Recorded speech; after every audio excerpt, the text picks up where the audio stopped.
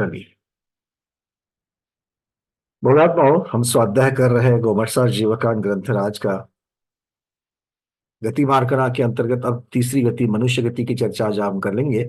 उसके पहले कल के कुछ प्रश्न हैं, उस प्रश्नों की चर्चा करते हैं क्योंकि कल ज्यादा प्रश्नोत्तर नहीं हो पाए थे। स्मिता दोषी दीदी फल्टन से अनम्यूट कर रहा हूं, पूछिए आपका प्रश्न।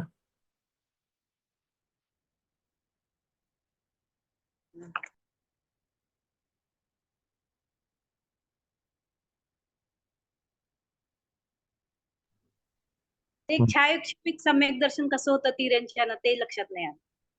तिर्यंच को क्षायोक्षमिक सम्यक दर्शन कैसे होता है? देखिए, जो सम्यक दर्शन उत्पत्ति के कारण है उस प्रकार से क्षायोक्षमिक सम्यक दर्शन होगा। तो क्षायोक्षमिक सम्यक दर्शन, अब तिर्यंच कौन से कितने प्रकार के हैं? दो प्रकार के हैं, गर्भज और सम्मूर्छन, है ना। तो सम्मूर्छन वालों को क्षायोक्षमिक वाला ही होगा क्योंकि उन्हें औपशमिक सम्यक तो नहीं होता है तिर्यंच को। अब प्रथमोपशम गर्भज को ही होता है और उपपाद जन्म वाले के लिए होता है, इसलिए सम्मूर्छन तिर्यंच को प्रथमोपशम तो नहीं होगा। द्वितीयोपशम हो नहीं सकता है क्योंकि उनमें साधु नहीं हो सकते हैं तिर्यंचों में, इसलिए उपशम सम्यक्त की बात तो हट गई, है ना। हाँ. शायिक सम्यक्त की अपेक्षा से हमने देखा था कि पहले कि मनुष्य के भाव में किसी ने अगर मान लो शायिक सम्यक्त तो पाया है किंतु वो तिर्यंच बद्धायुष्क है, तो फिर जाकर के भोग भूमि में शायिक सम्यक्त के साथ वहां पर जन्म लेगा। और भोग भूमि में समूर्चन जीव नहीं होते हैं, अर्थात उनकी भी ये चर्चा नहीं है। अब बचे नीचे क्षायक्षमिक सम्यक, तो क्षायक्षमिक सम्यक तो दोनों को हो सकता है, गर्भज को भी हो सकता है और सम्मूर्छन को भी हो सकता है। तो सम्मूर्छन वाला किससे होगा? अनादि मिथ्या दृष्टि तो नहीं होगा क्योंकि अनादि मिथ्या दृष्टि को पहली बार होगा तो प्रथमोपशम होगा, और सम्मूर्छन वाले को प्रथमोपशम नहीं हो सकता है, मतलब ये सादी मिथ्या दृष्टि है। तब जा करके, और सादी मिथ्या दृष्टि है मतलब क्या है कि उसके 28 प्रकृतियां है मोहनीय कर्म की, पहले ही मिथ्यात्व की 3 प्रकृतियां हो चुकी है उसकी। अब उसमें से सम्यक्त प्रकृति उदय में आ जावे तो फिर उसको क्षयक्षम सम्यक्त हो सकता है। ठीक है। म्हणजे उद्वेल ना होईल ते दोनची हाँ, मिथ्यात्व आणि वो सारा प्रकरण यहां पर लगा लेना। सादी मिथ्या दृष्टि की अब देखो, उद्वेलना जिसको होती है, उद्वेलना मतलब वापस हाँ 26 प्रकृतियां बन जाना। यहाँ पर 28 प्रकृति अगर है तो ही हो सकता है। जिसको हो अगर मान लो ऐसा कोई सम्मूर्छन है कि वो 27 प्रकृति वाला या 26 प्रकृति वाला हो गया है, तो उसको तो होना नहीं है क्योंकि सम्यक तो प्रकृति नहीं है, तो उसका उदय कहाँ से आएगा, बरोबर. हो. है ना। तो सम्यक तो प्रकृति अगर सत्ता में नहीं तो उदय में कहाँ से आएगी? तो इसीलिए ऐसे जीव को क्षायक्षमिक, किसको 28 प्रकृति वाला अगर ऐसा सम्मूर्छन तिर्यंच है तो उसको बिल्कुल छाया. क्षायक्षमिक हो सकता है। गर्भज वाले के लिए तो हो. प्रथमोपशम से भी हो सकता है, क्षयक्षमिक से भी हो सकता है। क्लियर है? हो क्लियर. चलिए,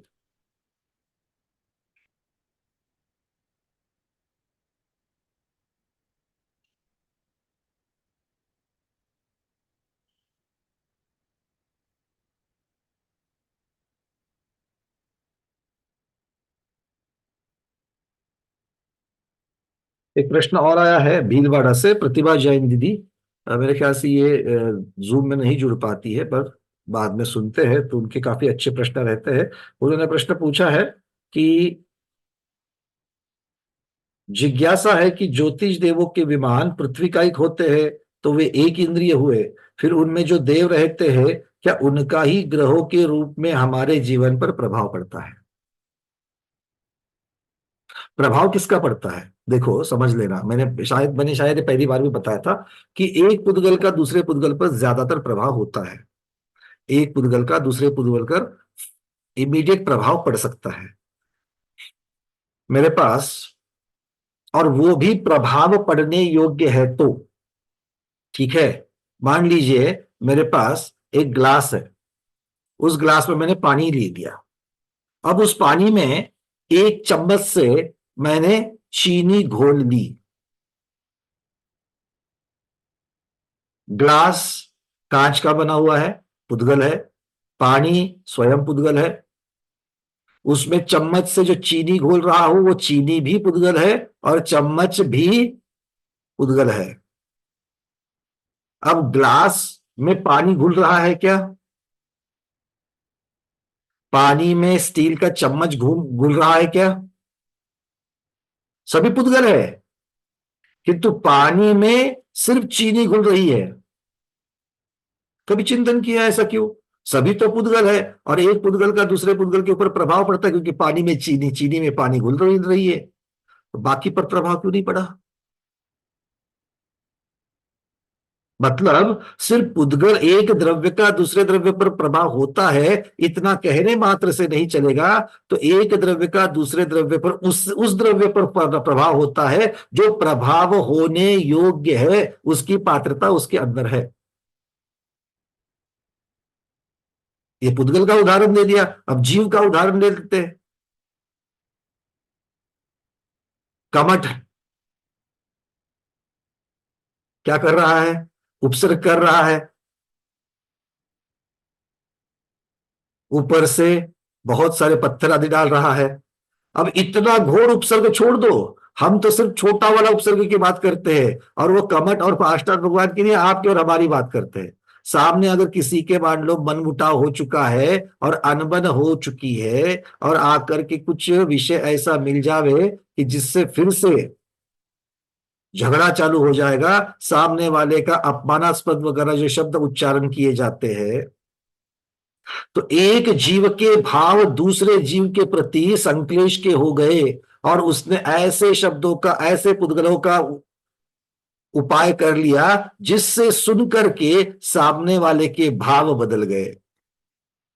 तो एक जीव द्रव्य का दूसरे जीव द्रव्य के ऊपर परिणाम हुआ कि नहीं हुआ? किंतु क्या ये सभी प्रकार के जीवों के ऊपर होता है? महाराज के सामने बोलो जा करके, हुआ नहीं हुआ?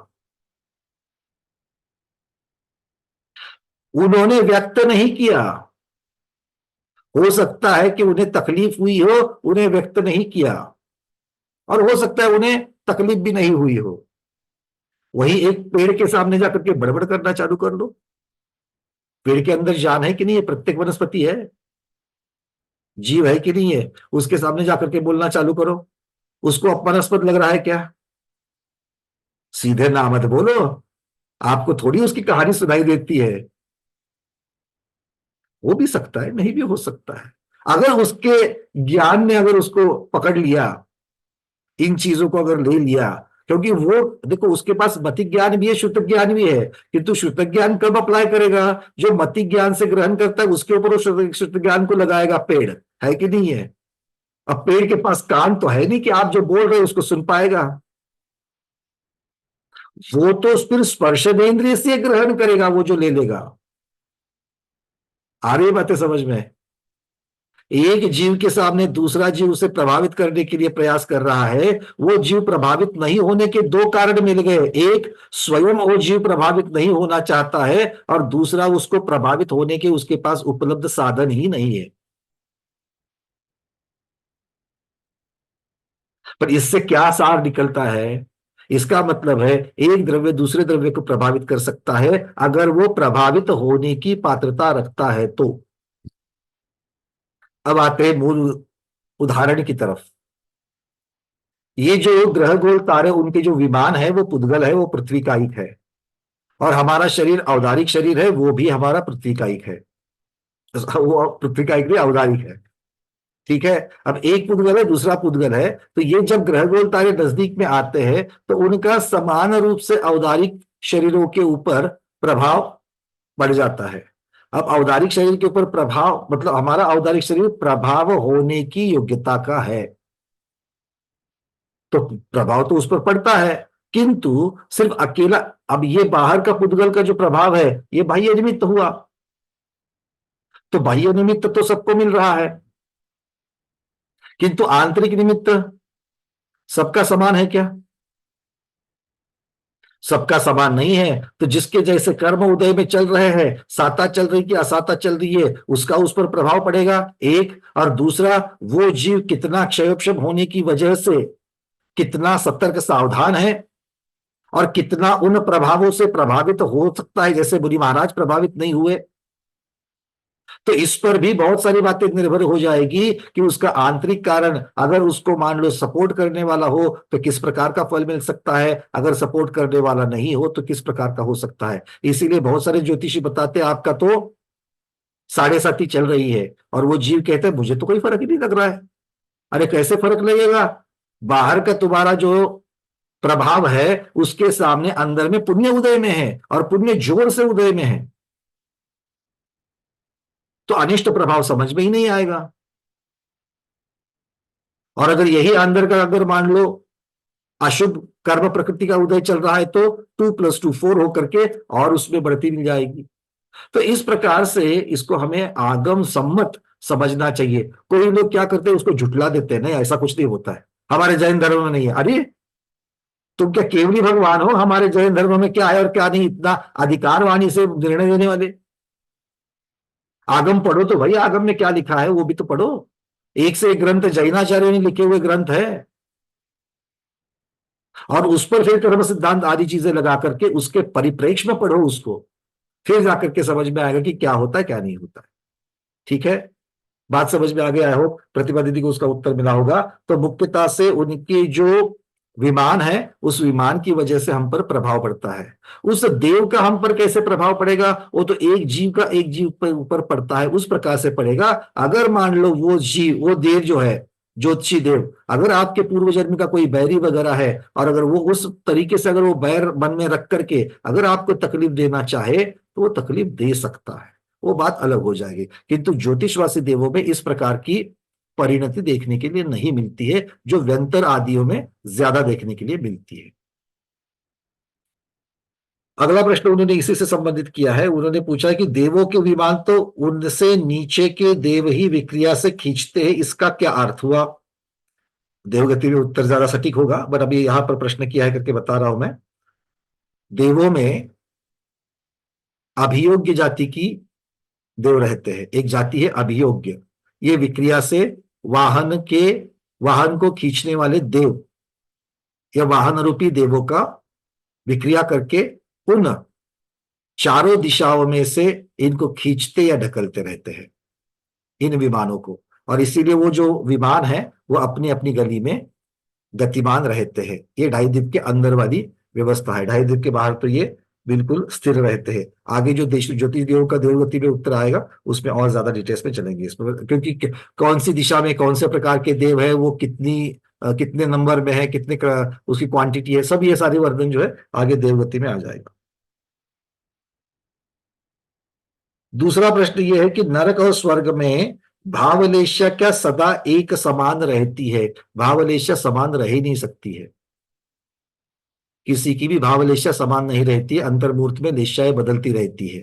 ठीक है, कितने समय के लिए, भले चाहे एक समय के लिए बदलेगी, किंतु बदल करके फिर वो चेंज हो सकती है। और आज बाह्य निमित्त की अपेक्षा और अंतरंग निमित्त की अपेक्षा लेशाएं हमेशा, भावलेशा हमेशा बदलती रहती है, द्रव्य लेशा में फर्क नहीं पड़ता है।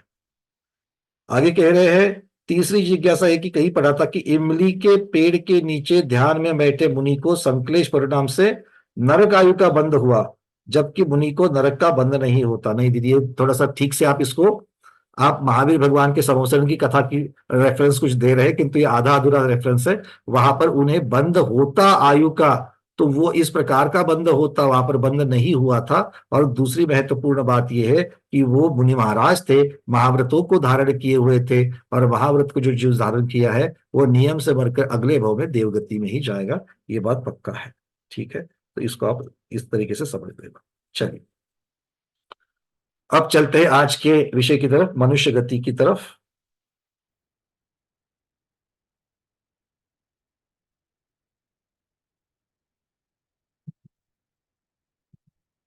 आचार्य भगवान अब मनुष्य गति की अपेक्षा अगली गाथा जो है वो हमारे सामने आ रही है, और यहां से उसको गाथा क्रमांक 149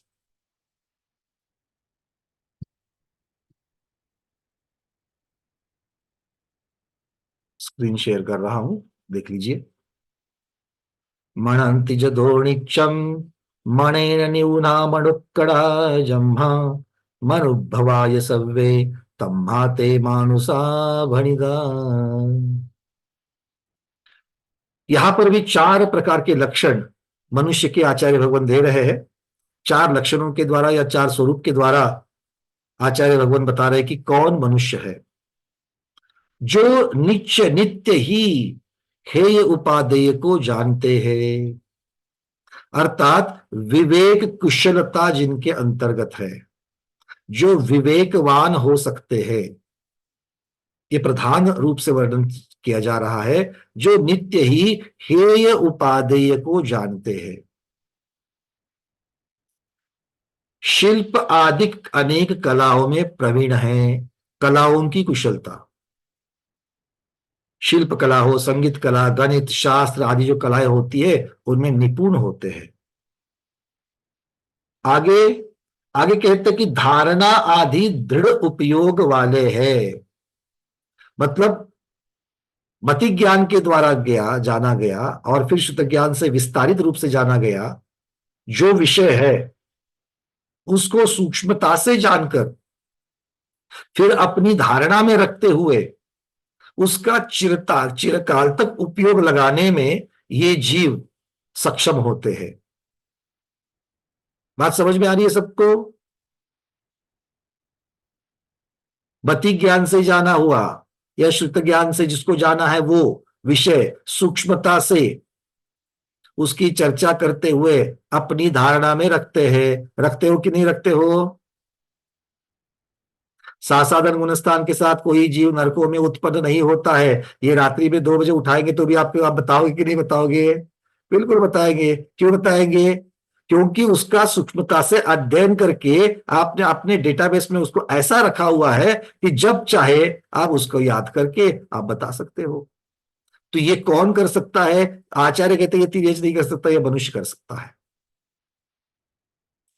आगे, जो मनु की संतान है, इसलिए जिनको मानव कहा जाता है। तो मनु कौन थे? युग की आदि में जहां पर भोग भूमि पूर्ण होकर के कर्म भूमि की शुरुआत हो रही थी, वहां पर मनु अर्थात कुलकर उत्पन्न होते हैं और वो कुलकर अपनी प्रजा को पिता तुल्य उपदेश देते हैं। जैसे कोई पिता अपने पुत्रों को हितकारी उपदेश देता है जिससे कि वो आजीविका को चलावे, सिर्फ आध्यात्मिक नहीं सांसारिक भी उपदेश देते हैं। किस प्रकार से जीना है, किस प्रकार से रहना है, किस प्रकार से जीवन जीना है, ये सब जो बताने वाले होते हैं वो पिता तुल्य। और यहां पर पिता तुल्य कुलकर जिनको मनु कहा गया है, उनकी संतान अर्थात उनकी प्रजा होने की वजह से भी इनको मानव कहते हैं। इस प्रकार से ये मनुष्य गति का स्वरूप कहा गया है। बात समझ में आ रही है? तो बाकी गतियों से मनुष्य गति किस प्रकार से आचार्य भगवान कह रहे हैं। आप कहोगे देवों में भी तो ये होगा। क्या देव हे उपादेय नहीं जानते हैं?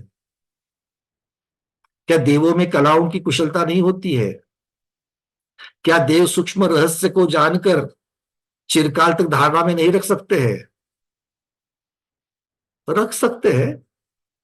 सौंदर्येंद्र महाराज तो इतना सारा शुद्ध ज्ञान भी जानते हैं, बट सबकी अपेक्षा देखने के बाद उस गति की अपनी विशेषता क्या है, इस अपेक्षा से आचार्यों ने यहां पर वर्णन किया है।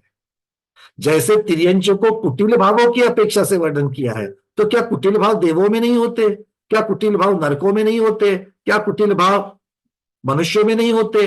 ये सर्वसाधारण से सामान्य से ये वर्णन नहीं है। तो तिर्यंच कहते ही मेरे सामने पहले जो उनके लक्षण आते हैं, स्वरूप आते हैं, उसकी अपेक्षा से तिर्यंच को बताया। मनुष्य कहते ही मनुष्य के जो स्वरूप हमारे सामने मुख्यता से प्रधानता से आते हैं, उसकी अपेक्षा से यहां वर्णन हो रहा है। क्लियर है ये सब चीजें? इसमें मुझे नहीं लगता कि कोई दिक्कत वाली बात है। ठीक है ना? इतना ही बता रहा है आचार्यों को, और कुछ नहीं बता रहा है। अब आपको मनुष्य के बारे में क्या क्या पता है? अब तक जो पढ़कर क्या है, जीव समास पढ़ा कि नहीं पढ़ा? जीव समास पढ़ा, उसमें तो मनुष्य के बारे में बड़ा वर्णन है। भाई मनुष्य 2 प्रकार के होते हैं। चलिए, आचार्य ने जितना बताया था, हमको जितना बताना था हमने बता दिया। अब आपको बताना है मनुष्य कितने प्रकार के होते हैं। 2 प्रकार के मनुष्य बोलो फटाफट जल्दी से। स्मिता ताई बोलिए, अनम्यूट किया है।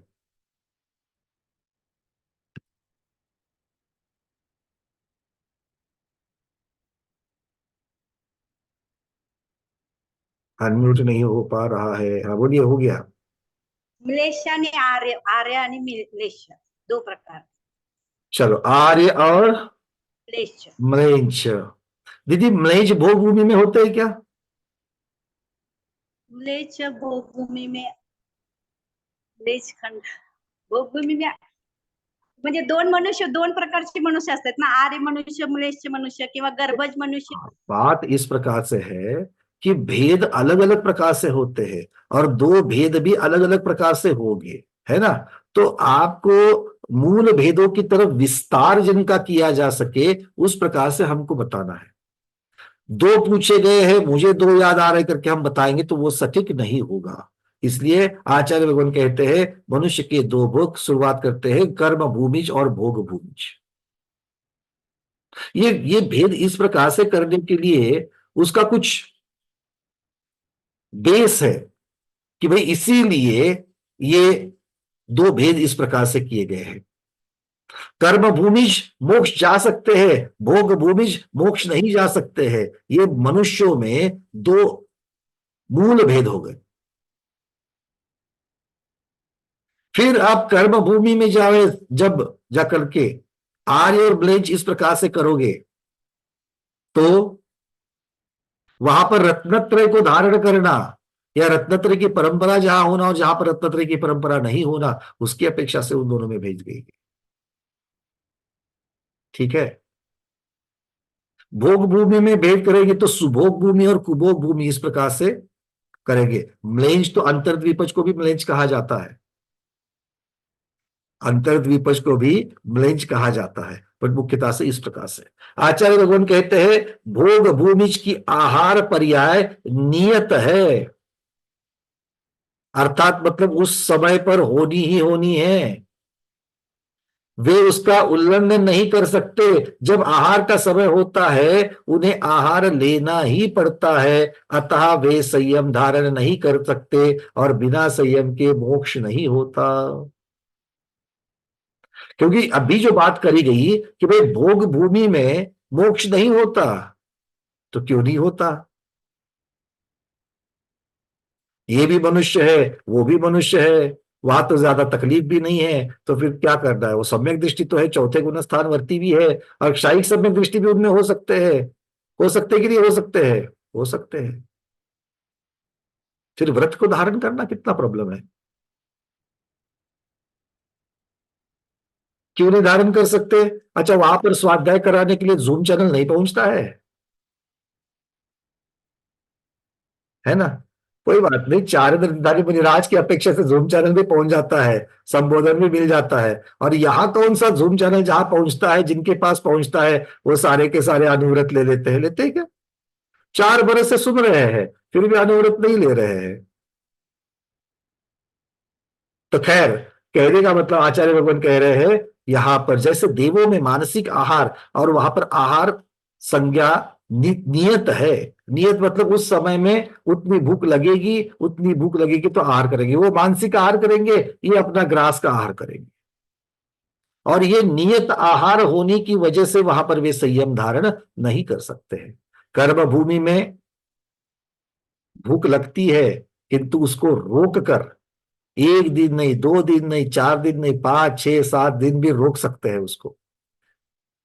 मासोपवासी, पक्षोपवासी इस प्रकार के कर्म भूमिज मुनिराज दिख सकते हैं। आगे कहते हैं कर्म भूमि में मनुष्य में भी द्रव्य स्त्री हीन सहनन के कारण एवं संपूर्ण परिग्रह का त्याग ना करने के कारण निग्रंथ अवस्था को प्राप्त नहीं कर सकती है, और इसलिए मोक्ष नहीं जा सकती है। दो कारण द्रव्य स्त्री को दे रहे हैं। कर्म भूमि में भी द्रव्य स्त्री मोक्ष नहीं जाने के दो कारण, एक सहनन उत्तम नहीं होना, और दूसरा संपूर्ण परिग्रह का त्याग नहीं कर पाना। इस प्रकार से ये कह सके। आगे कर्म भूमि की रचना सब लोग जानते हैं। कर्म भूमि की जो रचना होती है उसमें एक आर्य खंड तो 5 भागों में म्लेंछ खंड होता है, और म्लेंछ पुरुषों को भी मोक्ष नहीं हो सकता, क्योंकि उनका सिर्फ प्रथम गुण स्थान ही होता है। म्लेंछ खंड में जीवों का गुणस्थान मिथ्यात्व गुणस्थान कहा गया है। चक्रवर्ती के साथ आर्यखंड में आकर के फिर आगे बढ़ करके वो जीव संयम को धारण करे, मोक्ष को जाए, वो बात अलग है। किंतु जहां पर तब वो उनको क्षेत्र से म्लेंछ नहीं कहेंगे, क्षेत्र से आर्य कहेंगे। जन्म से, कार्य से वो म्लेंछ पहले थे, क्षेत्र से भी म्लेंछ थे।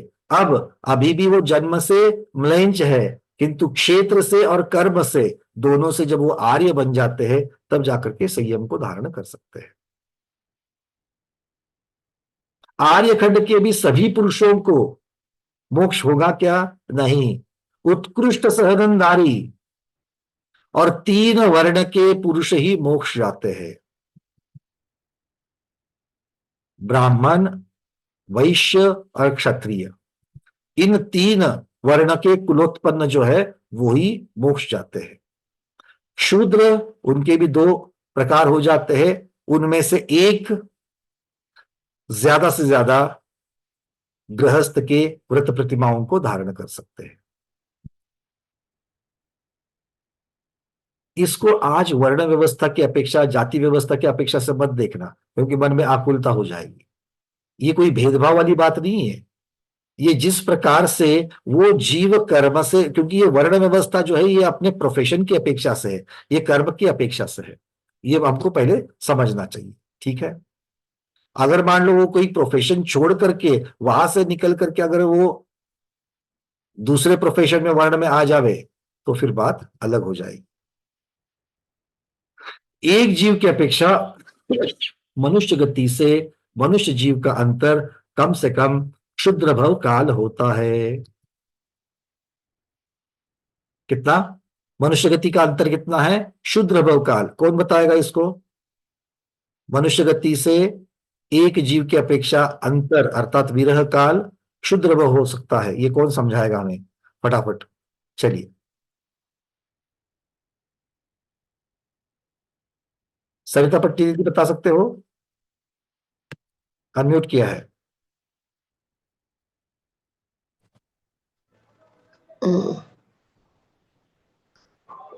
देखो प्रश्न के ऊपर कैसे मनुष्य, करना है प्रश्न? जैसे मनुष्य मरकर हाँ, लब्ध पर्याप्त मनुष्य बनकर वहां से मरण कर वापस मनुष्य बने। देखो मरण करके अगर फिर से मनुष्य बनने वाला है तो मनुष्य गति का अंतर बनेगा क्या? अच्छा, नहीं बनेगा। अंतर बनाने के लिए उसको मनुष्य गति से दूसरे गति में जाना पड़ेगा और फिर मनुष्य गति में आना पड़ेगा। लब्ध पर्याप्त तिर्यंच बन के। बहुत बढ़िया। देखो, 2 चीजों के लिए, एक तो मनुष्य गति से छुड़ाने के लिए उसको तिर्यंच बनाना पड़ेगा, है ना। और क्योंकि क्षुद्र भव जो है वो सिर्फ मनुष्य और तिर्यंच में बनते हैं, देव और नारकियों में नहीं बनते हैं। देव और नारकियों में कम से कम 10,000 वर्ष की आयु तो होती है ना। तो सिर्फ तिर्यंच गति को छोड़ने के लिए आपको तिर्यंच लेके जाना पड़ेगा, और तिर्यंच में सबसे छोटा भव कौन सा होता है? लब्ध पर्याप्त होता है। तो मतलब हमें उन्हें लब्ध पर्याप्त तिर्यंच बनाना पड़ेगा, जो क्षुद्र भव वहां पर बिता करके फिर से जाकर के मनुष्य गति में उत्पन्न हो। ठीक है, बहुत बढ़िया। तो इस प्रकार से हम मनुष्य गति का एक जीव की अपेक्षा जो विरह काल है, अंतर है, वो कम से कम जगन्य से कितना बनाते हैं? एक क्षुद्र भव, और वो तिर्यंच की अपेक्षा से बनेगा। फिर आगे कहते हैं, अच्छा यहां पर और एक चीज लगा रहे हैं आचार्य भगवान, कदली घात युक्त क्षुद्र भव। क्या लगा रहे हैं? कदली घात युक्त क्षुद्र भव। ऐसा वर्णन तिर्यंचों में भी किया था क्या? कदली घात सहित? एक मिनट जरा देख ले। हाँ, वहां पर भी कदली घात सहित ही बताया, तिर्यंच और मनुष्य दोनों, क्योंकि दोनों में कदली घात हो सकता है। कदली घात का मतलब है अकाल मरण, है तो क्षुद्र भव और कदली घात मरण सहित है। तो कदलीघात युक्त क्षुद्र भव मात्र काल रह करके फिर से मनुष्य आयु बांध करके मनुष्य में उत्पन्न होगा। अब उत्कृष्ट अंतर कितना है? आचार्य कहते हैं असंख्यात पुद्गल परावर्तन प्रमाण अनंत काल होता है। अगर कोई जीव मनुष्य बने और मनुष्य भव से निकल जाए और फिर बाकी की 3 गतियों में फिरता रहे,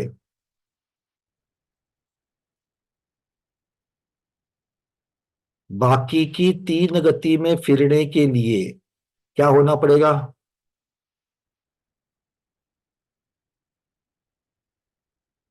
तिर्यंश देव नरक, तिर्यंश देव नरक, तिर्यंश देव नरक, तिर्यंश देव नरक, ऐसा बन करके मनुष्य गति से दूर रहना है, असंख्यात काल तक दूर रहना है। तो क्या क्या होगा? देव नरक नहीं होगा, नरक देव नहीं होगा, तो बीच में उसको बनने के लिए तिर्यंश का एक ही बनता है। तो तिर्यंश बन के नरक जाओ, नरक बन के तिर्यंश में आ जाओ, फिर तिर्यंश बन करके हो सकता है देवों में चले जाओ, देवों से फिर, और देव और नारकी कौन सा तिर्यंश बन सकता है? पंचेंद्रिय ही बन सकता है, फिर असंगी हो या संगी हो, किंतु पंचेंद्रिय तिर्यंश होना आवश्यक है।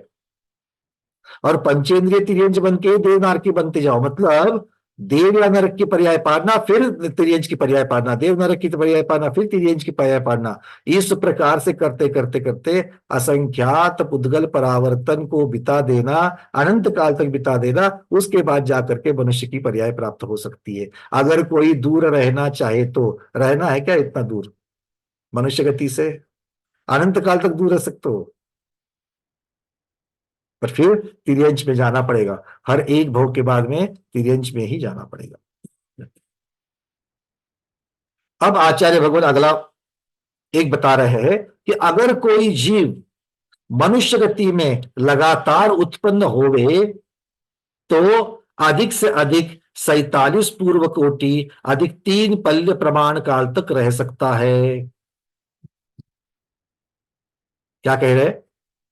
अगर कोई जीव लगातार मनुष्य गति में उत्पन्न होवे तो 47 पूर्व कोटि अधिक 3 पल्य प्रमाण काल रह सकता है। यहां पर एक बात समझ लेना, ये 48 भव, इसको क्या कहा जाता है? 48 भव, मनुष्य गति के, लगातार मनुष्य गति के 48 भव, इस प्रकार से इसका वर्णन किया जाता है। किंतु ये वर्णन किसी विवक्षा से है, ये जरूरी नहीं कि 48 ही भव बने, इससे कम ज्यादा, इससे ज्यादा भव बन सकते, कम नहीं बनेंगे, ज्यादा भव बन सकते हैं। कैसे मैं बता रहा हूं, पहले समझ लो इसको। आचार्य भगवान कह रहे हैं, देखो कर्म भूमिया मनुष्य की उत्कृष्ट आयु कितनी होती है?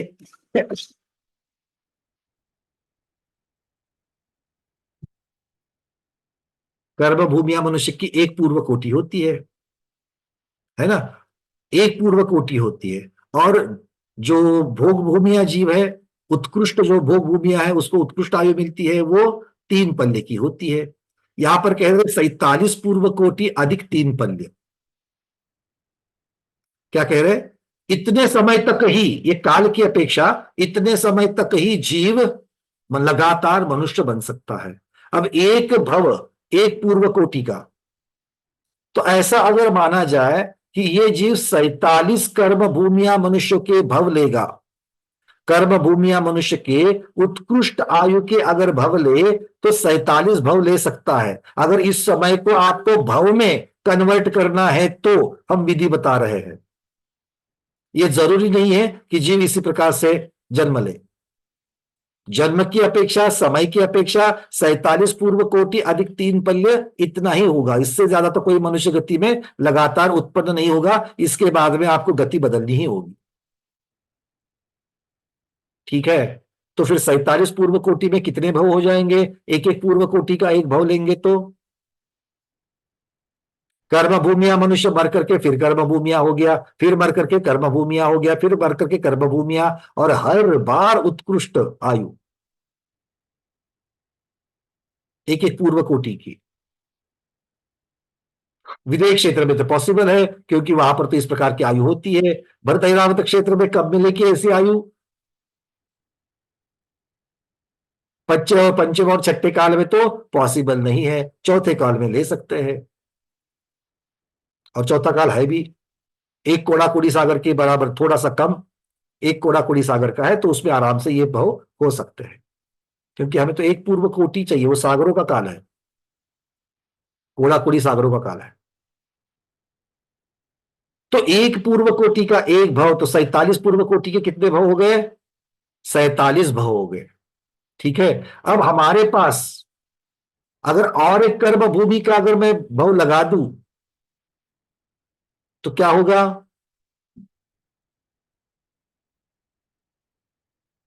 48 पूर्व कोटि हो जाएंगे।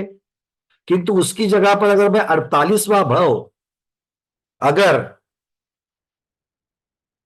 भोग भूमिया मनुष्य का लगाऊं, उत्तम भोग भूमिया मनुष्य का लगाऊं, तो एक पूर्व कोटि की जगह पर 3 पल्य बहुत होती है, 3 पल्ला असंख्यात वर्ष होती है, और एक पूर्व कोटि संख्यात वर्ष होती है।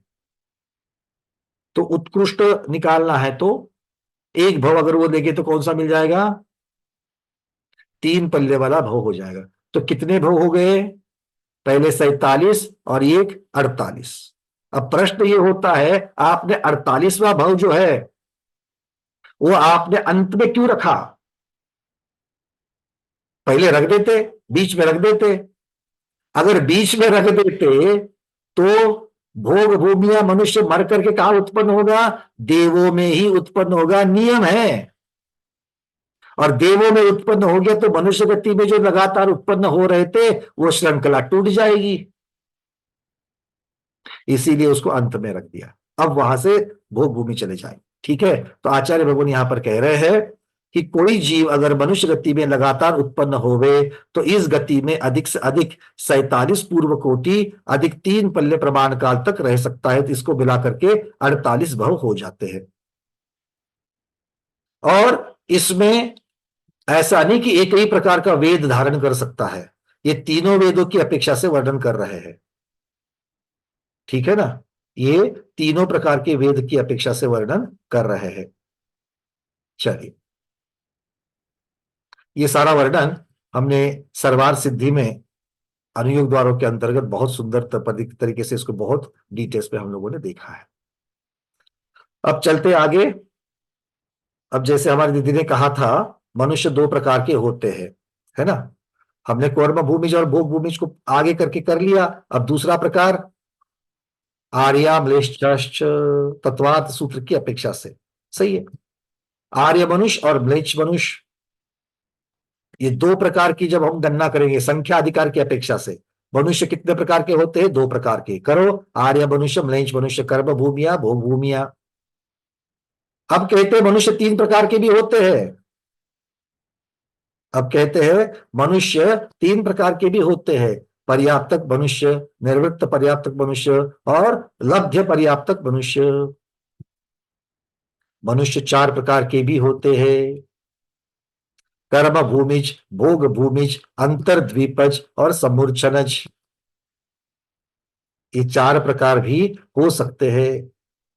और मनुष्य 5 प्रकार के भी हो सकते हैं।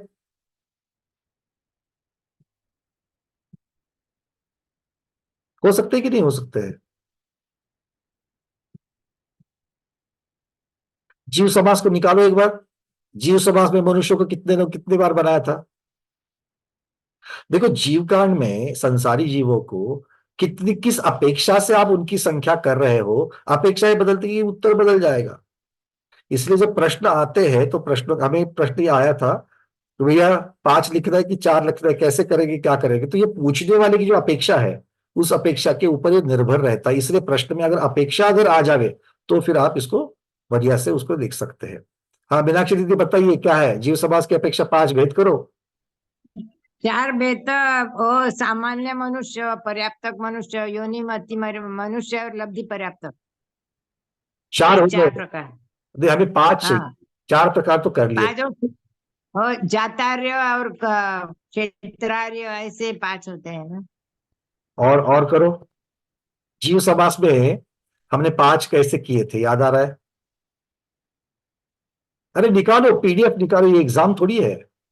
जब एग्जाम में भी पीडीएफ निकाली जा सकती है तो यहां क्यों नहीं? निकालिए 5 प्रकार के जीव समास की अपेक्षा से।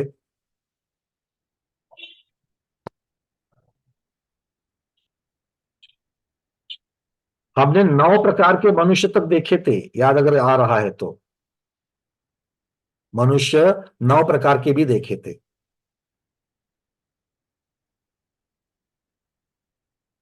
देखो 5 अगर करने हैं तो किस प्रकार से होंगे? कर्म भूमिया मनुष्य, भोग भूमिया मनुष्य, 2 बेसिक मनुष्य के भेद है। फिर कर्म भूमियों के 3 भेद हो जाएंगे, गर्भज आर्य, सम्मूर्छन आर्य और म्लेंछ, ये 3 भेद हो जाएंगे। और भोग भूमि में भोग भूमिज और कुभोग भूमिज, ये 2 भेद हो जाएंगे। तो 3 और 2 5 भेद हो जाएंगे। स्थानाधिकार जीव समास याद आ रहा है कि नहीं आ रहा है ना? इस प्रकार से लगा देना। और आगे चल करके इन्हीं 5 के 9 हो जाएंगे। गर्भज आर्य का 2 भेद हो जाएंगे, पर्याप्तक निर्वृत्त पर्याप्तक।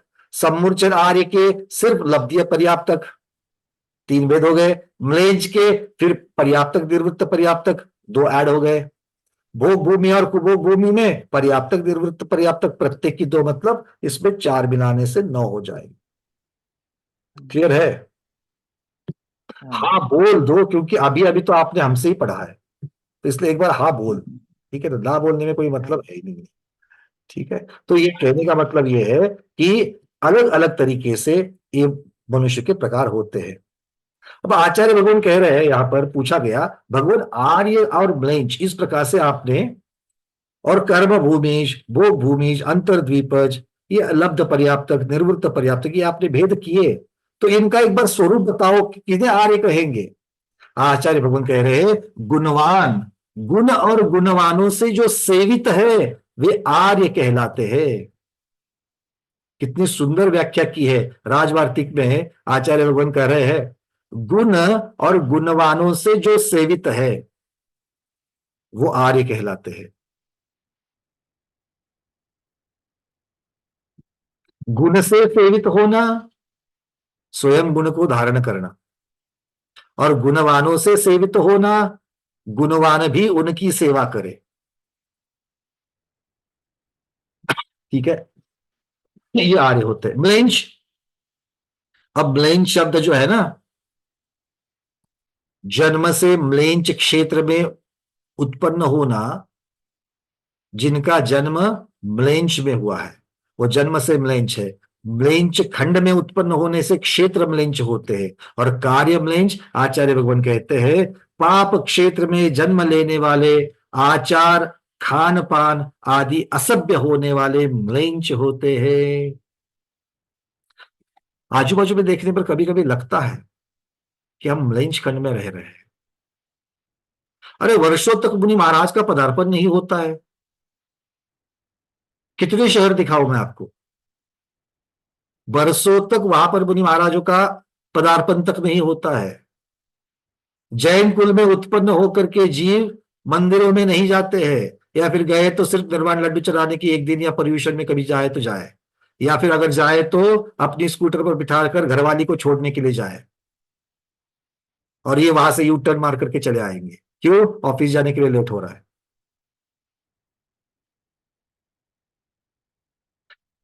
पूछा गया भैया बच्चे आपके पाठशाला में क्यों नहीं आते? अरे समय ही नहीं मिलता है, सुबह से शाम तक इतनी सारी ट्यूशन है उनको, और समय बच जाएगा तो फिर उनको संगीत के क्लास को डाला गया है, नृत्य के क्लास को डाला गया है।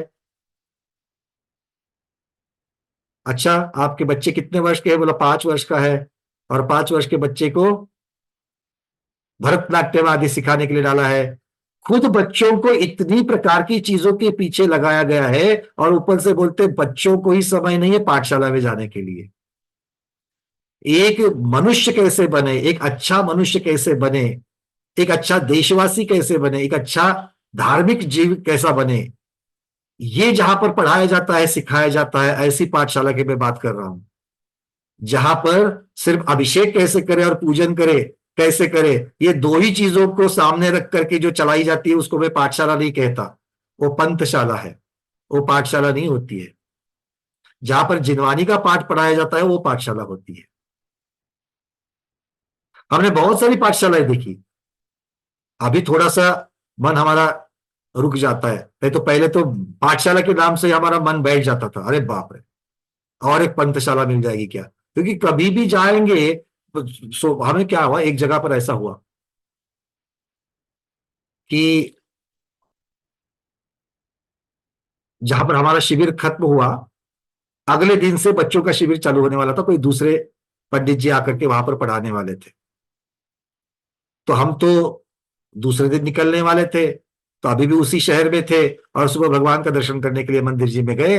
मंदिर जी में गए तो मंदिर जी में जहां पर सामने चौकियां लगी रही थी, उसमें लगा लाइन से पूजा की थालियां लगी हुई थी, पूजा की विशिष्ट थालियां लगी थी, ऐसा मुझे कहना चाहिए। और फिर हमने पूछा, हमें तो पता ही नहीं था, फिर हमने पूछा कि आज क्या है, बोले बच्चों की आज से शिविर चालू है। अच्छा, बच्चों का शिविर चालू है, तो हमें बड़े ही देखा कि अच्छा क्या पढ़ाने वाले हैं? पंडित जी बोले पूजन पढ़ाने वाले हैं, वो पढ़ाने के लिए आ रहे हैं। अच्छा, पूजन कैसे करे? ये पढ़ाने के लिए आपको पंडित जी दूसरे गांव से चाहिए, जो कम से कम 1000 किलोमीटर दूर है। माँ पिताजी नहीं बता सकते कि पूजन कैसे करें? पूजन कैसे करें ये बताने के लिए पंडित जी चाहिए आपको?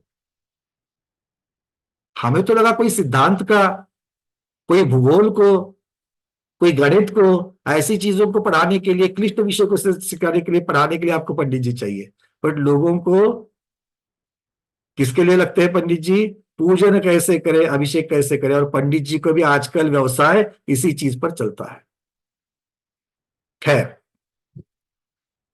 तो अपने बच्चों को पाठशाला में जरूर भेजिएगा, उनको प्रोत्साहित कीजिएगा। और पाठशाला का अर्थ पाठशाला पंथशाला नहीं।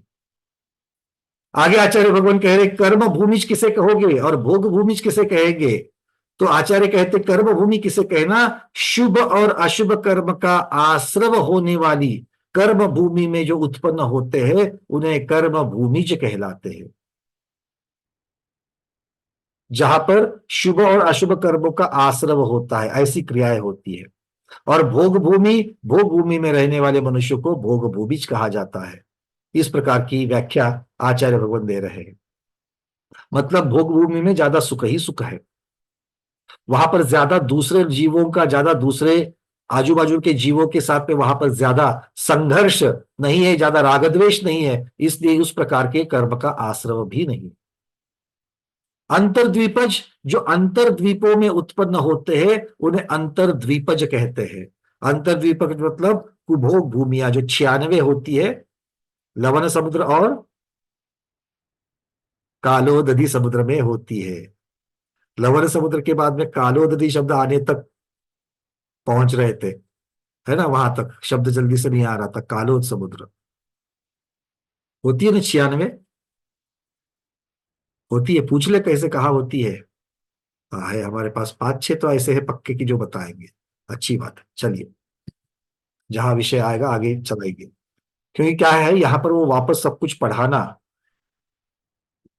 फिर वो सागर, सागर के जो पाताल होते हैं उन पातालों की चर्चा करना, फिर पातालों के बाद में द्वीपों की चर्चा करना, और पाताल और द्वीप एक दूसरे को कैसे छेड़ते नहीं है, कैसे अपनी अपनी जगह पर स्थिर है ना। फिर ज्वार भाटा कैसे होता है, लवण समुद्र का पानी की शिखाएं कितनी दूर है, फिर ज्योतिषी देव उसी के अंदर, पानी के अंदर से कैसे भ्रमण करते हैं समुद्र के।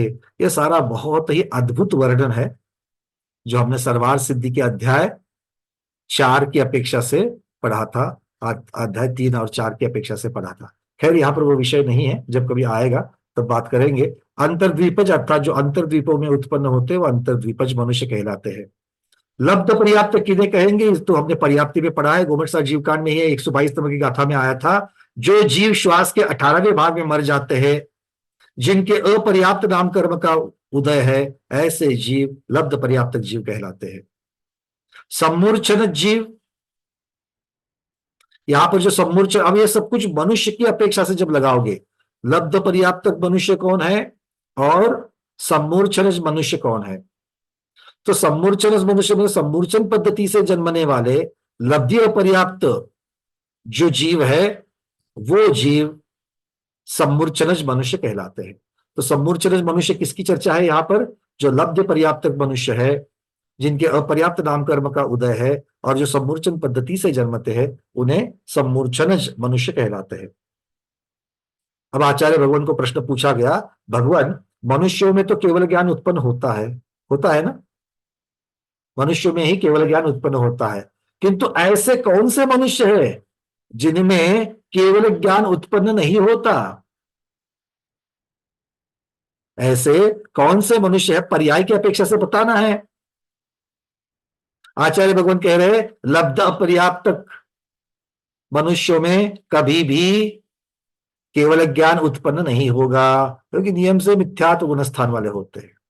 दूसरा, 8 वर्ष से कम उम्र वाले मनुष्य में भी कभी केवल ज्ञान उत्पन्न नहीं होगा। 126 भोग भूमियों में उत्पन्न, कितने बता रहे हैं? 126 भोग भूमि में उत्पन्न मनुष्यों को उसी भव में कभी केवल ज्ञान उत्पन्न नहीं होगा। अब अरविंद जी हमारी तरफ देख करके पूछ रहे, भैया 126 बताओ क्यों? अरविंद जी है ना, आपके दिमाग में क्या चलता है कभी कभी हम समझ लेते हैं। चलो भाई, अच्छी बात है, आना चाहिए। 126 भोग भूमियां कैसे, कौन, कहां, एड्रेस बताओ। किसी को जाना हो तो पता तो हो। जागृत दीदी हाथ ऊपर आ गया, और कौन है? दीपा दीदी, मीनाक्षी दीदी, प्रमोद जी, स्मिता महाजन जी, अंजलि शाह दीदी, अर्चना जैन दीदी, कल्पना सेठ दीदी। और कल्पना दीदी, आप अभी तक रिकॉर्ड बटन नहीं दबाते हैं, ये क्या आपका हैंड रेज नहीं करते, तो देखो हम देखे तो समझ में आ गया, नहीं तो फिर। और आज क्या है ना, दो दो हमारे पास पेजेस है। और किसका हैंड रेज है? चलिए, जिनका हैंड रेज नहीं है उनके पास चले जाते हैं। जेटी गंगवाल जी, क्या हो गया? 126 कर्म भोग भूमियां याद नहीं आ रही क्या? चलिए गिन लेते हैं आप और हम मिलकर के, हमें भी सारी नहीं याद आ रही, दोनों मिलकर के, दोनों की मिलकर के, आप थोड़ी डालो हम थोड़ी डालेंगे, 126 बना लेंगे, है ना। देखो, 126 भोग भूमियां हैं टोटल। अब उसमें सुभोग भूमि भी होगी और कुभोग भूमि भी होगी, पक्का है ना। तो कुभोग भूमियों की संख्या 96 होती है, अभी अभी हम लोगों ने देखा था, जिसमें से 48 लवण समुद्र में है और 48 कालोदरी समुद्र में है। तो 126 में से बड़ा पोर्शन 96 वाला तो चला ही गया। क्यों भाई पारस जी, ठीक है ना? इस प्रकार से चला गया। अब बचे कितने? 30। अब 30 भोग भूमि की बात चल रही है। चूंकि यहां पर भोग भूमियां मनुष्य की चर्चा है, भोग भूमियां तो बहुत है, अढ़ाई द्वीप के बाहर असंख्यात भोग भूमियां हैं, नंदीश्वर द्वीप जैसी, किंतु उसमें मनुष्य नहीं होते हैं, इसलिए उन भोग भूमियों की संख्या यहां नहीं गिनी गई है। 126 भोग भूमियां मनुष्य की अपेक्षा बता रहे हैं। उसमें 96, 48, 48 दो समुद्र वाली भोग भूमियां हो गई। अब 30 बच गई। सबसे पहले जम्बू द्वीप में कितनी है देख लेते हैं। जम्बू द्वीप में भोग भूमि कहां कहां है सर? अच्छा, जम्बू द्वीप में भोग भूमि है क्या? जम्बू द्वीप में कर्म भूमिया है। जम्बू द्वीप में सारी कर्म भूमियां हैं, पक्का? पक्का पक्का। देखो, अच्छा, जम्बू द्वीप के 7 क्षेत्र जो है उनके तो नाम गिनाते हैं पहले। एक नीचे एक ऊपर, भरत ऐरावत, ठीक है ना। फिर 5 मेषखंड। नहीं, म्लेच्छ खंड तो सर आर्य खंड के अपेक्षा से भरत क्षेत्र के अंदर हो गए। जो 7 क्षेत्र की चर्चा होती है, 7 भूमियां बन जाती है, 7 वर्ष बन जाते हैं, इसीलिए 6 पर्वतों को वर्षधर कहा जाता है। आगे बात समझ में? हिमवान, महाहिमवान आदि इन पर्वतों को वर्षधर पर्वत भी कहा गया है। क्यों? क्योंकि ये वर्ष अर्थात भूभाग की निर्मिति करते हैं। तो कौन कौन से है? भरत, ऐरावत, हैमवत, हैरण्यवत, हरि, रम्यक, और बीच में विदेह क्षेत्र है कि नहीं। अब इसमें भरत और ऐरावत जो है ये कर्म भूमि भी होती है और भोग भूमि भी होती है। उत्सर्पिणी अवसर्पिणी की अपेक्षा, अरे गंगवाल जी ठीक है ना, काल की अपेक्षा, है ना। काल की अपेक्षा, हाँ, तो देखो ज्वाइंट वेंचर करना है तो हम थोड़ा डालेंगे, आपको भी थोड़ा डालना पड़ेगा, है कि नहीं है। काल की अपेक्षा। अकेले से कैसे चलेगा। तो देखिए उसमें भोग भूमि भी होती है, कर्म भूमि भी होती है, शाश्वत नहीं है, अशाश्वत है वो, तो उसकी चर्चा नहीं है यहाँ पर। और शाश्वत भोग भूमि की अपेक्षा से कह रहे हैं, हेमवत और हिरण्यवत में कभी कर्म भूमि होती है क्या? नहीं होती। नहीं, अच्छा, हरि और रम्यक में कभी नहीं होती। और फिर विदेही क्षेत्र के अंतर्गत जो देवकुरु और उत्तर कुरु का भाग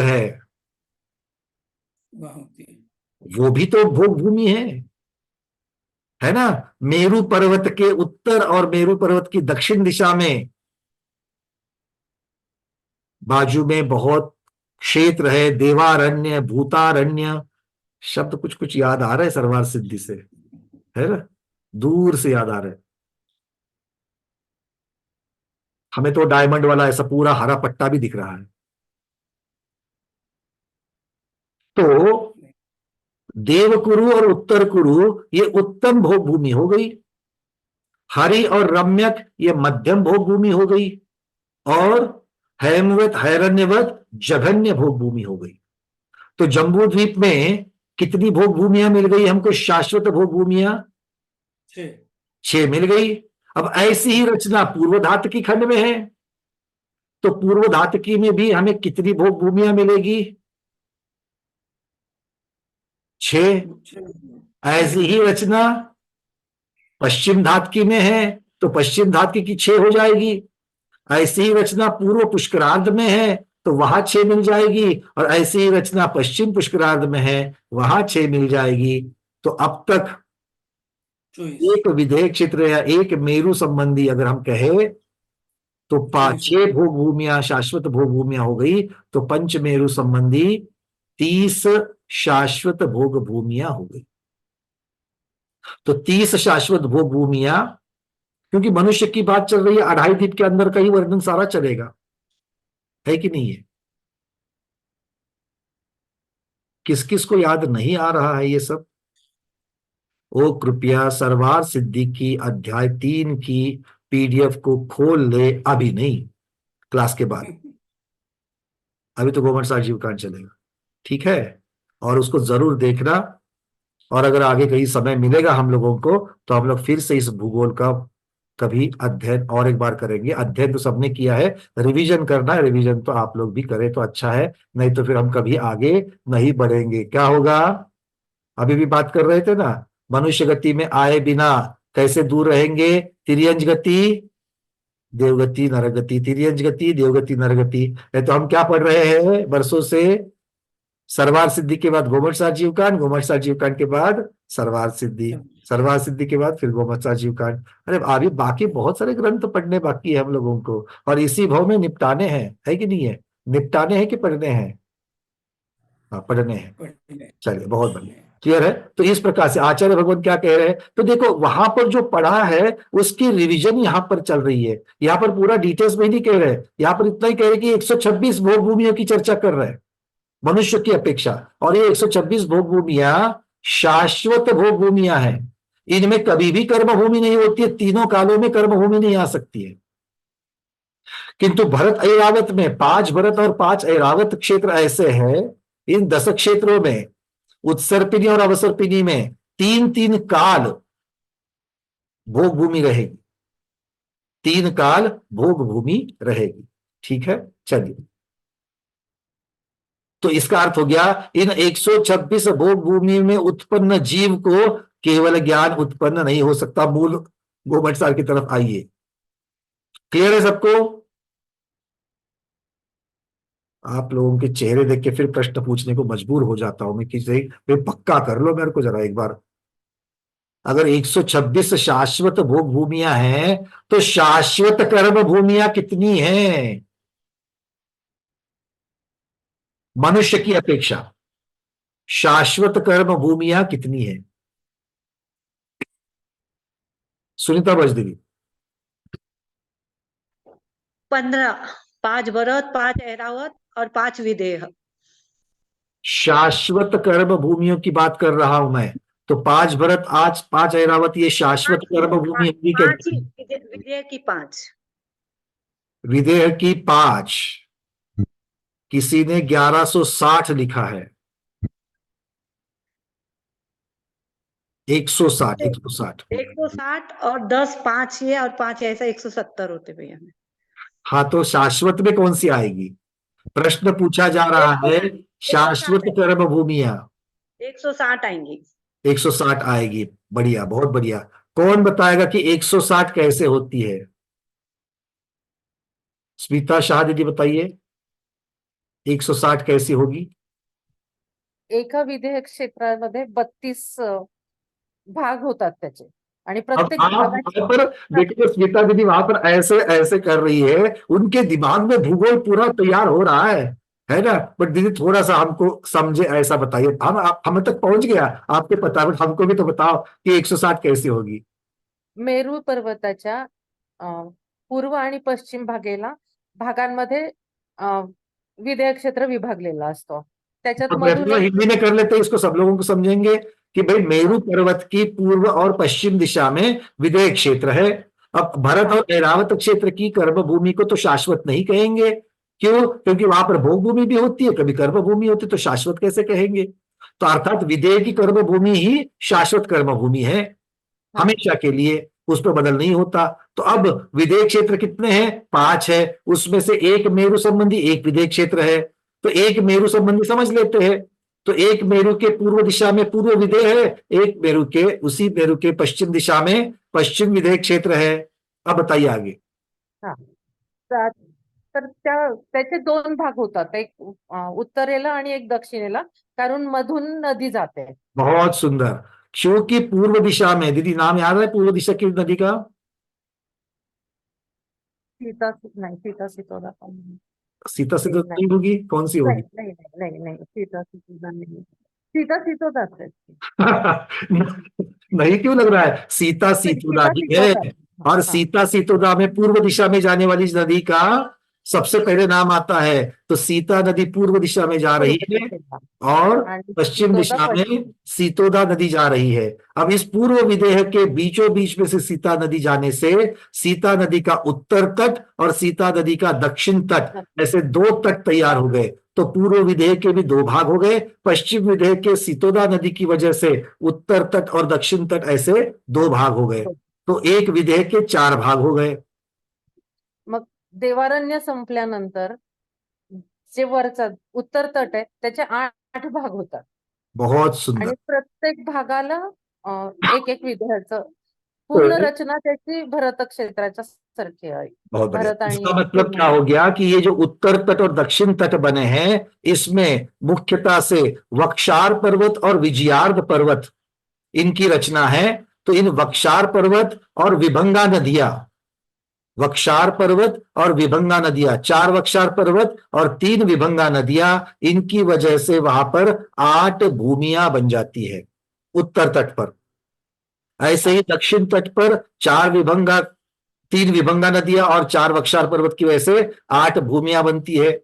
पश्चिम विदेह में सीतोदा नदी के उत्तर तट पर ऐसी ही 8 भूमियां और दक्षिण में भी 8 भूमियां बन जाती है। तो 8 को 4 से गुना करने से 32 क्षेत्र बन जाते हैं।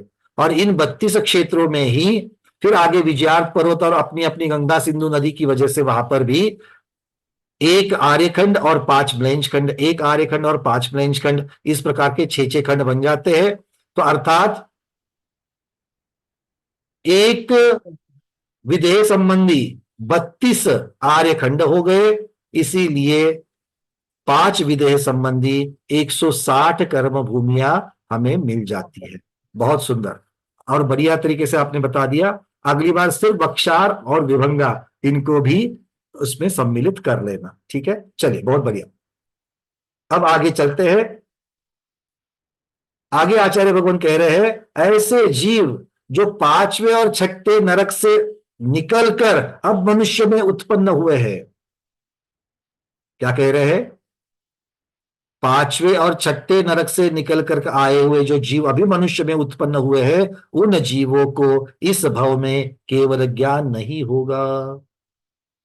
पहले 4 नरक से निकले हुए जीव को ही केवल ज्ञान हो सकता है, बाकियों को नहीं। चौथे तक के तो हो सकता है, पांचवे छठे को नहीं हो सकता है।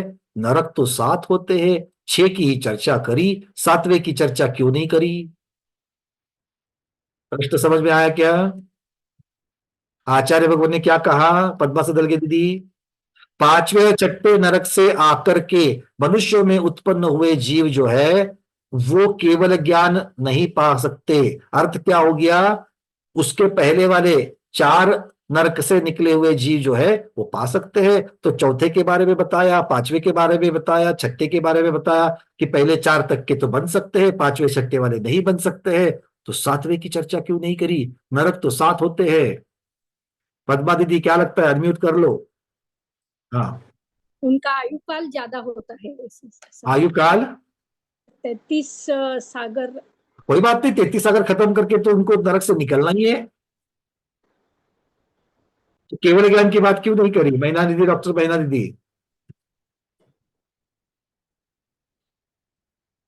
भैया, 7वें नरक से निकला हुआ जीव तो मनुष्य में आएगा नहीं, तिर्यंची बनता है ना पंचेंद्रिय। बहुत बढ़िया, पद्मा दीदी याद आ गया। हाँ, आपको पता है, हमको मालूम है, किंतु अब क्या करें ना, अब अरे ज्ञानावरण कर्म इसी को तो कहते हैं। कब चाहे आच्छादित कर ले, सब मालूम नहीं है। अंदर तो मालूम है, इंफॉर्मेशन आच्छादित कर देता है। डॉक्टर महीना दीदी ने कहा क्योंकि 7वें नरक से निकला हुआ जीव मनुष्य बनेगा ही नहीं, नियम से तिर्यंश। और तिर्यंश को केवल ज्ञान होगा क्या? नहीं होगा। और बात चल रही है मनुष्यों की, और मनुष्य में उत्पन्न होने वाले नरक नरक पूर्ण करके आने वाले जीवों की, तो वो तो 7वें से आएगा ही नहीं। इसलिए 7वें की चर्चा यहां नहीं किया है। आगे क्या कह रहे हैं? नित्य निगोद से आए हुए जीव को, हाँ ये अब थोड़ा सा ज्यादातर आचार्यों का जो मत है उसी की अपेक्षा से कह रहे हैं। नित्य निगोद से निकल करके आए हुए अगर कोई मनुष्य बना है जीव, तो वो उसी भव में केवल ज्ञान नहीं पा सकता है। आगे कहते हैं अभव्य तथा अभव्य समभव्य, मतलब दूरांदुर्भव्य, ये 2 प्रकार की जो मनुष्य है वो कभी उस पर्याय में केवल ज्ञान नहीं पा सकते हैं। बद्धायुष्क मनुष्य, बद्धायुष्क मतलब अगली आयु जिसने बांध ली है, अगली आयु जिसने बांध ली है, ऐसा मनुष्य भी उस भव में केवल ज्ञान नहीं पा सकता है, क्योंकि श्रेणी ही आरोह नहीं होगा तो केवल ज्ञान कहां से पाएगा। आगे कहते हैं वज्र वृषभ नाराज सहनन को छोड़कर बाकी 5 सहनन वाले जीव मनुष्य जो है, वो मनुष्य केवल ज्ञान उत्पन्न नहीं कर सकते। और द्रव्य स्त्री और द्रव्य नपुंसक, ये 2 प्रकार के जो जीव है ये भी केवल ज्ञान नहीं पा सकते हैं। ठीक है, तो कौन कौन से जीवों को केवल ज्ञान नहीं होगा, इनकी चर्चा यहां पर हो चुकी है। आगे प्रश्न था 126 भोग भूमियां कौन सी है, ये हमने यहां पर, अब 126 भोग भूमियों की चर्चा जो है वो पहले से हो चुकी है, इसलिए यहां पर हम लोग नहीं करेंगे। अब यहां से आगे कुछ और चर्चा चलेगी, किंतु आज हमारा समय जो है वो पूर्ण हुआ है। चर्चा अभी और काफी बाकी है मनुष्य भोग की। अभी हमें काल परिवर्तन देखना है, काल परिवर्तन की अपेक्षा भी चर्चा करनी है, तो जो अब हम अगले काल में कर लेंगे। ठीक है, चलिए। अभी आपके अगर कोई प्रश्न हो तो हाथ ऊपर करें। हाँ, सुनीता बज दीदी पूछिए। भैया मेरा कल नरक गति की अपेक्षा से प्रश्न है।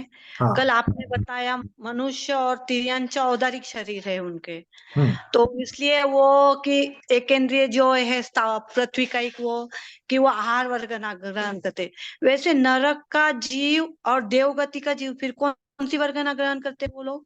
वही आहार वर्गना 3 प्रकार की होती है। आहार वर्गना में एक औदारिक वर्गना होती है, दूसरी वैक्रयिक वर्गना होती है, और तीसरी आहारक वर्गना होती है। इनसे 3 प्रकार के शरीर बनते हैं, औदारिक, वैक्रयिक और आहारक। तो हम और आप जो है तिर्यंच आहार। मनुष्य जो है वो औदारिक वाली लेंगे, और जो देव और नारकी है दोनों वैक्रयिक वाली लेंगे। हाँ, अच्छा अच्छा। ठीक है। और दूसरा प्रश्न ये, क्या भोग भूमि में म्लेच्छ नहीं होते क्या नहीं होते? मेरा थोड़ा मिस हो गया। ये भोग भूमि में जो कुभोग भूमि वाले हैं, जो अंतर्द्वीपज है, उनको भी किसी अपेक्षा से म्लेंच कहा जाता है। म्लेच्छ। हाँ, म्लेंच म्लेंच में द्वीपज और अंतर्द्वीपज ऐसे दो प्रकार होते हैं। अगर हम म्लेंच की अपेक्षा से देखेंगे तो द्वीपज और अंतर्द्वीपज कहा जाता है। अंतर्द्वीपज मतलब कुभोग भूमि वाले, और म्लेंच, बाकी के म्लेंच कौन से हैं? जो आर्यखंड के बाजू में रहते हैं वो वाले म्लेंच। ठीक है। और तीसरा प्रश्न ये था भैया, मनुष्य से मनुष्य भाव मिल सकता है?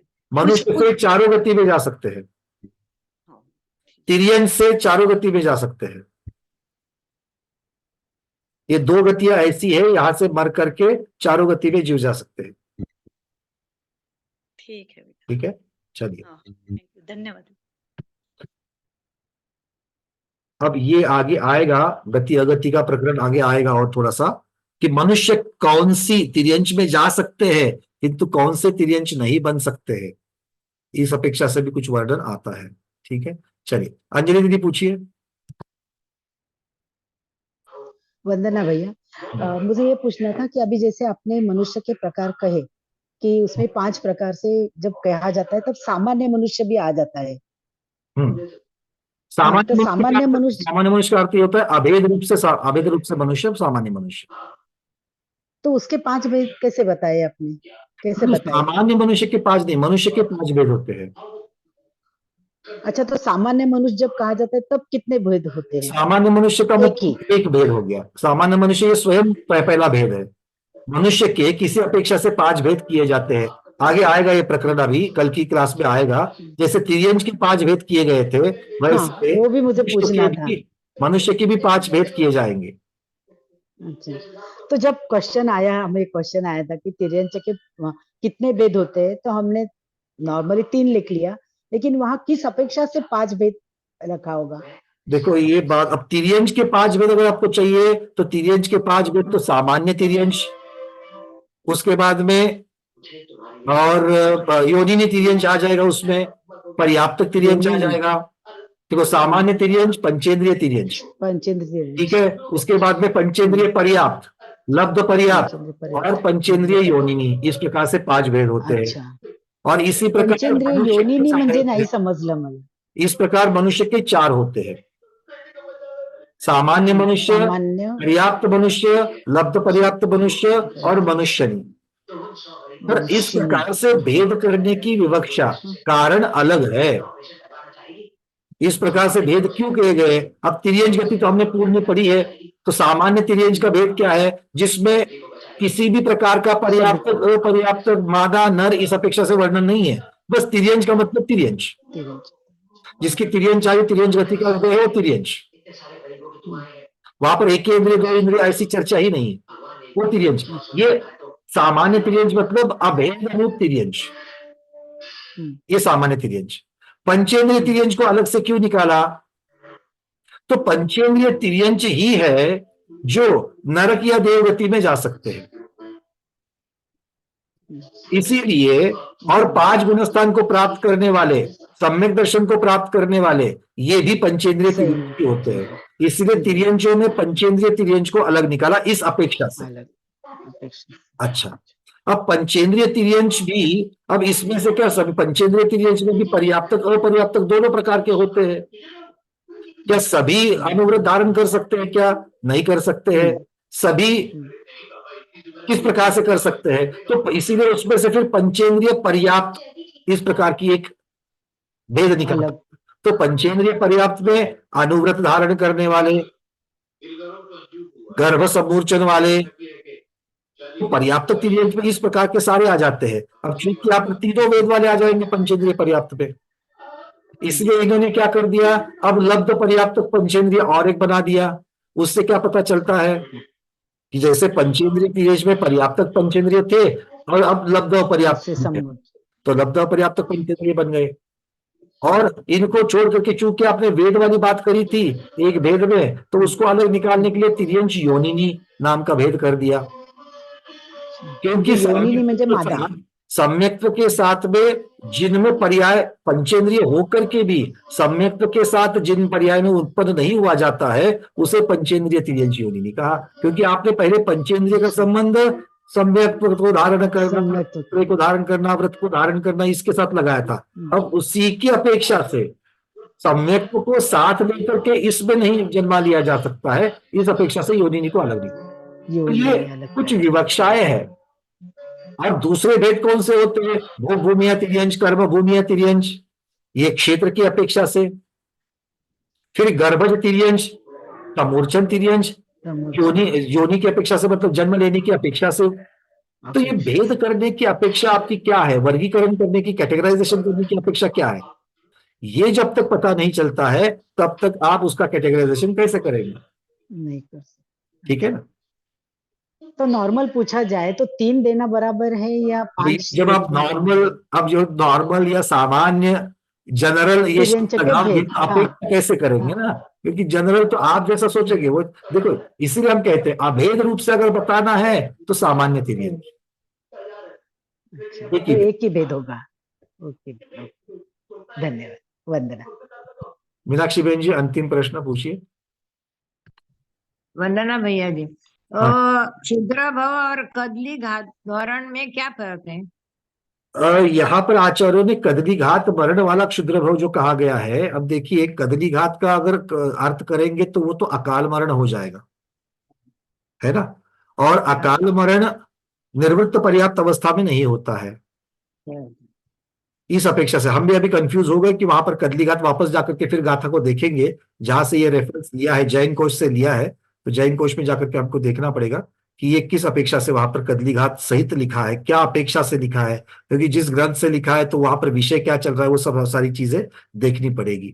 ठीक है, क्योंकि लब्ध अपर्याप्तक जीव में क्या कदली घात हो सकता है कि नहीं हो सकता, इसकी भी चर्चा वहां पर देखनी पड़ेगी. क्योंकि कदली घात जो है वो निर्वृत्त पर्याप्तक में तो नहीं होता है, क्या लब्ध अपर्याप्तक में होता है? अगर लब्ध अपर्याप्तक में होता है तो फिर चर्चा फिर अलग चल जाएगी. ठीक है, तो ये थोड़ा सा, चूंकि वहां पर क्षुद्रभव की भी चर्चा, क्योंकि क्षुद्रभव की चर्चा हमेशा लब्धि अपर्याप्त अपेक्षा पर्याय की अपेक्षा से होती है, तो उसके साथ कदली घात शब्द क्यों लगा है, क्या वो सही है, क्या हमारी कोई गलती हुई है, ये एक बार देखना है. फिर हम कल इसको, कल या अगली क्लास जो है उसमें हम इसको कंफर्म कर लेंगे. ठीक है, चलिए.